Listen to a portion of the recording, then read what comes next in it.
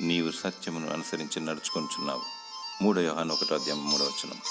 సత్యమును అనుసరించడం బహు మంచిది. సత్యవాక్యమును చేపట్టి సత్యవాట్లను పయనించడం మరి మంచిది. అంతరాత్మలో దేవుడు సత్యమును కోరుతున్నాడు. సత్యము స్వతంత్రులుగా చేయును.